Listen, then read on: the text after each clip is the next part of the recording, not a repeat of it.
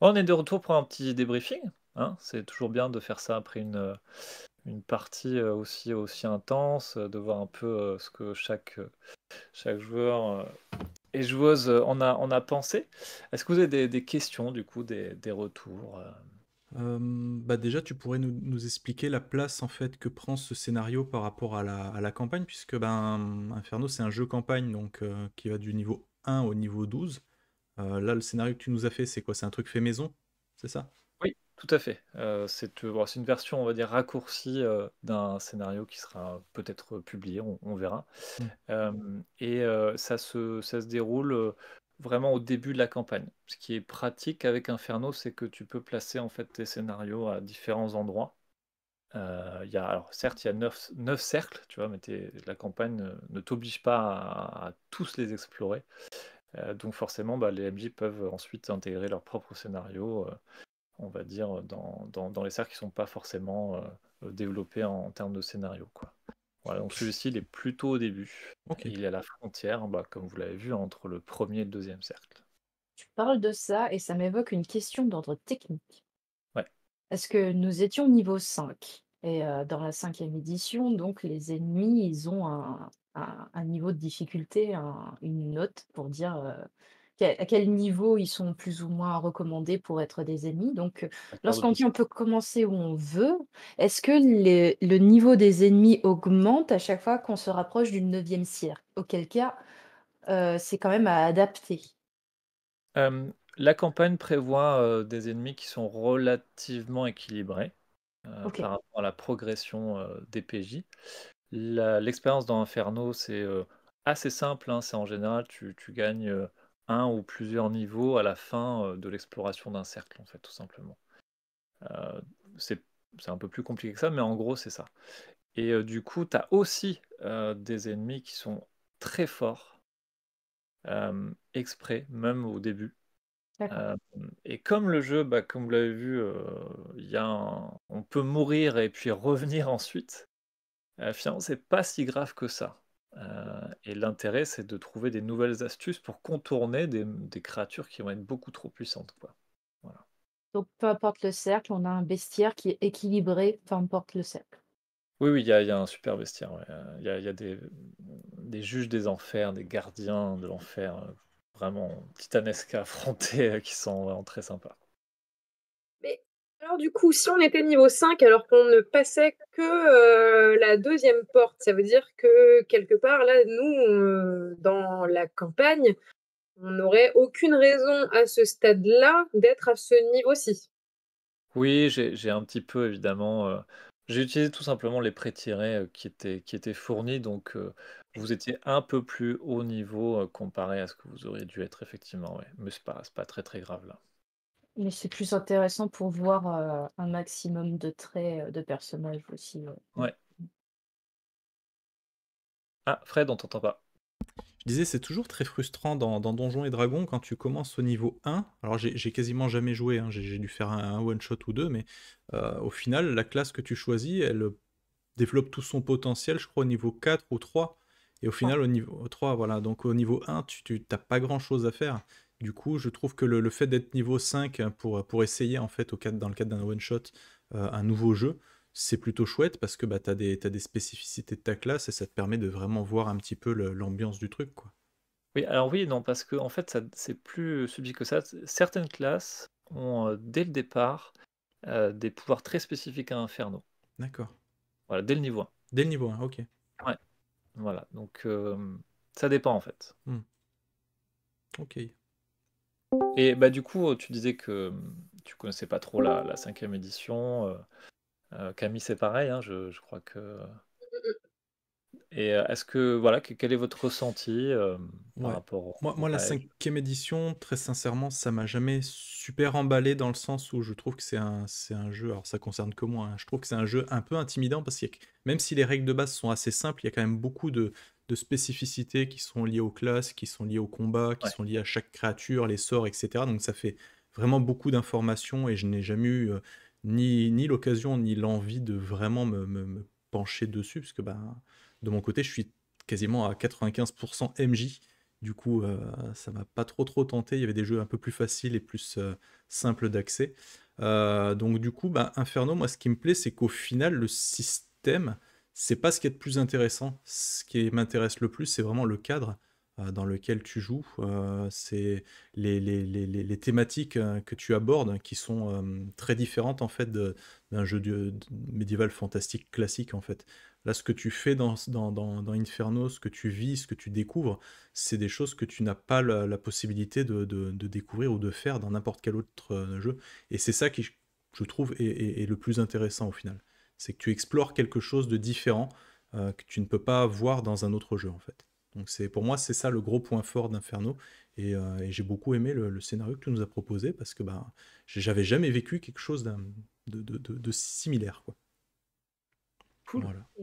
C'est vrai que pour moi qui suis très peu friande de 5e édition, eh bien, j'ai énormément apprécié, exactement pour les mêmes raisons que Fred, c'est le cadre. C'est-à-dire Mm. que j'aime beaucoup la epic fantasy de Dragon, de DD5 et consorts. Mais moi, mes jeux de cœur, c'est vraiment des jeux où on va s'ouvrir. Notre âme va se faire crucifier, tu vois. Et là, eh bien, on est en plein dedans. Et clairement, tu vois, ça, c'est ce que je kiffe. Donc, il n'y a pas de problème, tu vois, même si j'ai quelques jets de D20 à faire par-ci, par-là et quelques combats. Après, je ne vais pas mentir, hein, j'avais choisi l'archétype du guerrier parce que c'est facile. Mm. On n'est pas sur un lanceur de sorts qui doit faire des calculs savants tout du long de son combat. Donc c'était assez facile pour moi de ne prendre une, une catégorie de lanceur de sorts mais et que le guerrier pour ça est très pratique. Mm. Après, j'ai aimé jouer ce guerrier, j'ai aimé jouer ses vices, ses vertus, son péché. Ah, ça c'est vu, hein. Euh, Ça c'est vu, hein. il y a eu des petits moments de roleplay que j'ai apprécié, j'ai apprécié faire. Bah, oui, après tout, vous avez des personnages qui sont d'alignement souvent mauvais hein, dans les prêts tirés, il faut le savoir pour ceux qui connaissent un peu les règles de la 5e. Bah ouais, super, merci Camille. Après, ce que je pourrais te répondre aussi pour la complexité des règles dans la 5e ou dans Dragon, du coup, c'est t'as certaines classes, effectivement, comme le guerrier, qui sont plus propices à des joueurs qui veulent pas s'investir beaucoup hein, dans les règles. Alors que les lanceurs de sorts, bah, c'est les classes les plus complexes, donc qu'on réserve plutôt à des joueurs qui veulent un peu farfouiller dans les règles. Et puis, c'est aussi un jeu auquel bah, on s'habitue de partie en partie. On commence à maîtriser ses différentes capacités. Au début, c'est forcément un peu, on s'embrouille. Voilà, on se trompe, mais c'est pas grave en fait, hein. Et Mm. petit à petit, bah, on apprend comment fonctionne sa classe. Et ça fait partie du fun, où finalement, parce qu'on est content au bout d'un moment de bien maîtriser son perso. Et les combats, c'est vrai on peut pas forcément les apprécier hein, en termes de règles, mais il y a un côté tactique hein, qui fait que quand on maîtrise un peu ces petites capacités, ces petits pouvoirs, on est content de placer telle ou telle attaque spéciale. Enfin, voilà. Super. Et Aude, toi qui connais justement la 5e, qu'est-ce que t'en as pensé? Alors, bah, moi, j'aime beaucoup. Bah, déjà, je pense que la plupart des joueurs, joueuses de 5e édition adorent tout ce qui est supplément 5e édition. Je sais que moi, j'ai la collectionnite aiguë, donc acquérir de nouvelles classes, sous-classes de personnages, nouveaux objets, nouveaux sorts, tout ça, c'est mon dada. Et il y a aussi que souvent, quand on se lance dans une campagne de 5e édition, bah, ça peut durer très longtemps, mais des fois, on a envie d'un nouveau personnage quand même. Donc le principe que quand on arrive en enfer, on a presque un nouveau personnage, parce que notre classe et notre espèce est adaptée au setting de Inferno, bah, c'est sympa. C'est un petit supplément, enfin, on a l'impression qu'on continue notre campagne, mais avec notre personnage déformé à travers le prisme d'Inferno, donc on a quand même de la nouveauté. Et puis tout le fluff qu'il y a autour, même l'aspect technique avec les points d'espérance et le Mm. fait que ben, le die and retry, on meurt et on revient. Moi, ça m'a évoqué des parties endiablées sur Hades, le jeu vidéo, hein. Ça Mm. m'inspire plus Hades, du coup, aussi un peu à cause du setting que Dark Souls, mais un mix des deux, quoi. Et l'aficionado de jeux vidéo que je suis, du coup, j'adore. C'est aussi ce principe. Je serais curieuse de voir ce qui se passe lorsque ton personnage atteint le dernier niveau d'espérance. Hmm. Est-ce que, du coup, même ton personnage est définitivement damné, quoi? C'est ça, Bateau. Eh oui, tu rejoins les damnés. Tu deviens une petite brique de l'escalier, tu sais, que tu as Ouais. fait. Voilà, c'est ça. Ah, en fait, c'est même pire que ça, c'est que chaque classe correspond à un cercle. Et du coup, tu te retrouveras dans le cercle qui correspond à ta classe, mais pas du tout comme un PJ, quoi, comme un damné, en fait, fantomatique et éternellement condamné. Voilà. Et alors, la vraie question, c'est est-ce qu'il est possible de sortir une âme damnée des enfers, Batro?